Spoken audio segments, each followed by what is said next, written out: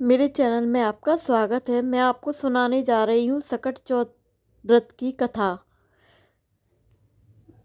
सुनिए। बहुत समय की बात है। एक नगर में देवरानी जेठानी रहती थी। जेठानी अमीर थी और देवरानी गरीब थी। देवरानी गणेश जी की भक्त थी। देवरानी का पति जंगल से लकड़ी काट कर बेचता था और अक्सर बीमार रहता था। देवरानी जेठानी के घर का सारा काम करती और बदले में जेठानी बचा हुआ खाना, पुराने कपड़े आदि उसको दे देती थी। इसी से देवरानी का परिवार चल रहा था। माघ महीने में देवरानी ने तिल चौथ का व्रत किया। 5 आने का तिल व गुड़ लाकर तिलकूटा बनाया। पूजा करके तिल चौथ की कथा सुनी और तिलकूटा छीके में रख दिया और सोचा कि चांद उगने पर पहले तिलकूटा और उसके बाद ही कुछ खाएगी। कथा सुनकर वह जेठानी के यहाँ चली गई।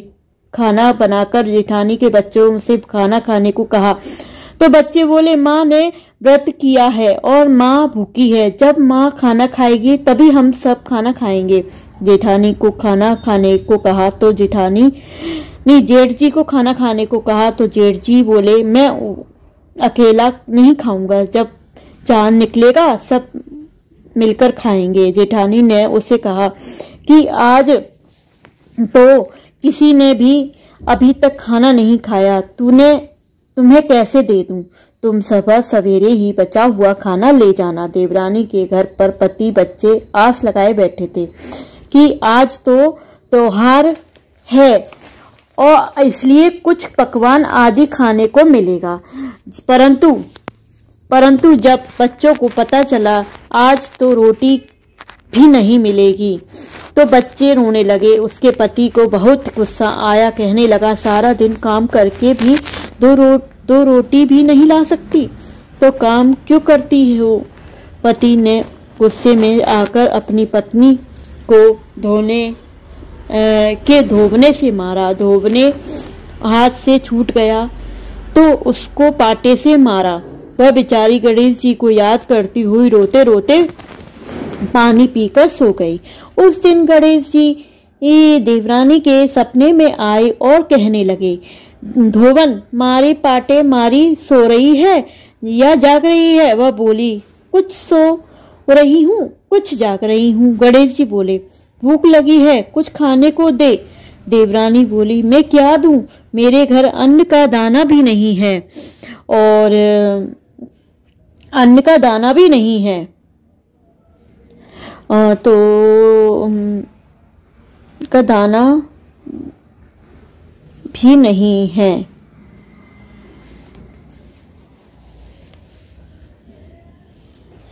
जेठानी बचा हुआ खाना देती थी, आज वह भी नहीं दिया। पूजा का बचा हुआ तिलकूटा छीके में वही रखा है, खा लो।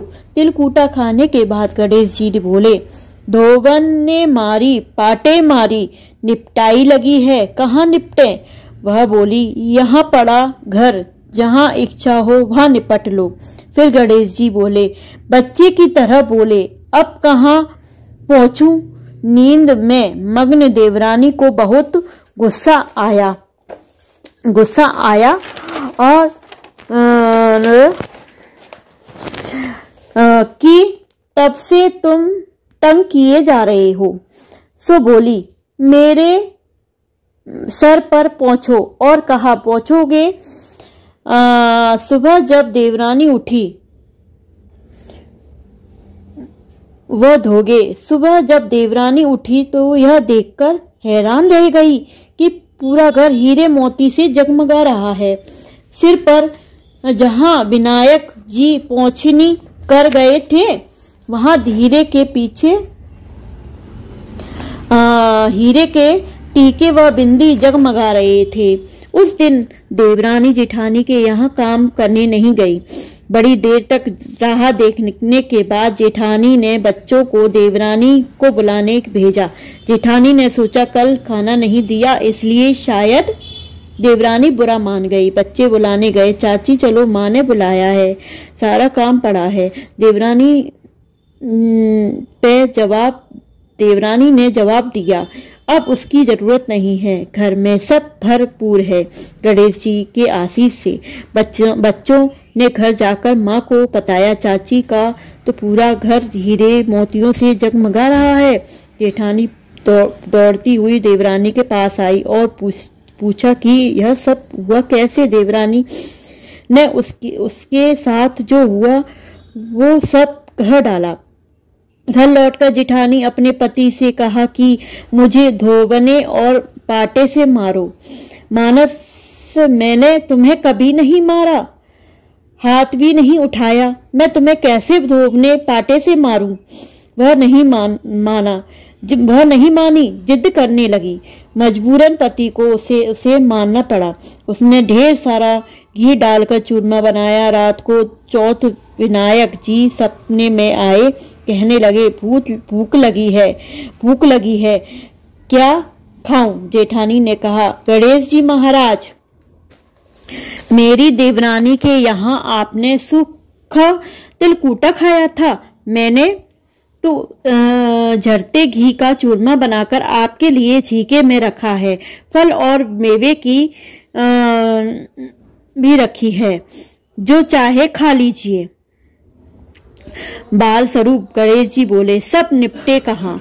जेठानी बोली, उसके यहाँ टूटी फूटी झोपड़ी थी, मेरे यहाँ तो कंचन के महल हैं, जहाँ चाहो निपटे। फिर गणेश जी ने पूछा, अब पहुंचूं कहाँ? जेठानी बोली, मेरे ललाट पर बड़ी सी बिंदी लगाकर पहुंच लो। धन की भूखी जेठानी सुबह बहुत जल्दी उठ गई। सोचा घर हीरे जवाहरात से भर चुका होगा, पर देखा तो पूरे घर में गंदगी फैली हुई थी। तेज बदबू आ रही थी। उसके सर पर बहुत गंदगी लगी हुई थी। उसने कहा, गणेश जी महाराज, ये आपने क्या किया? मुझसे रूठो और देवरानी पर टूटे। जेठानी ने घर की सफाई करने की बहुत कोशिश की, परंतु गंदगी और ज्यादा फैलती गई।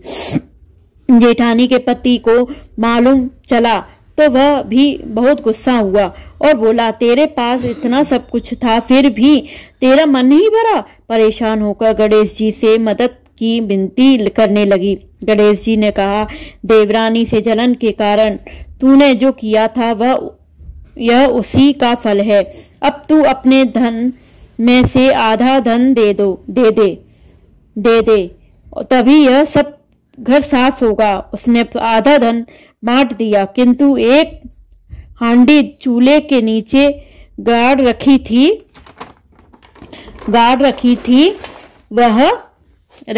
उसने सोचा किसी को पता नहीं चलेगा और उसने उस धन को नहीं बांटा। उसने कहा, हे श्री गणेश जी, अब तो अपना यह बिखरा समेट लो। वो बोले, पहले चूल्हे के नीचे गाड़ी हुई हांडी सहित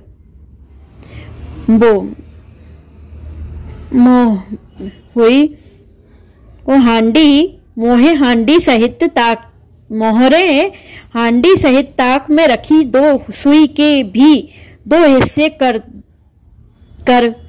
इस प्रकार गजानन ने बाल स्वरूप में आकर सुई जैसे छोटी चीज का भी बंटवारा किया और अपनी माया समेटी।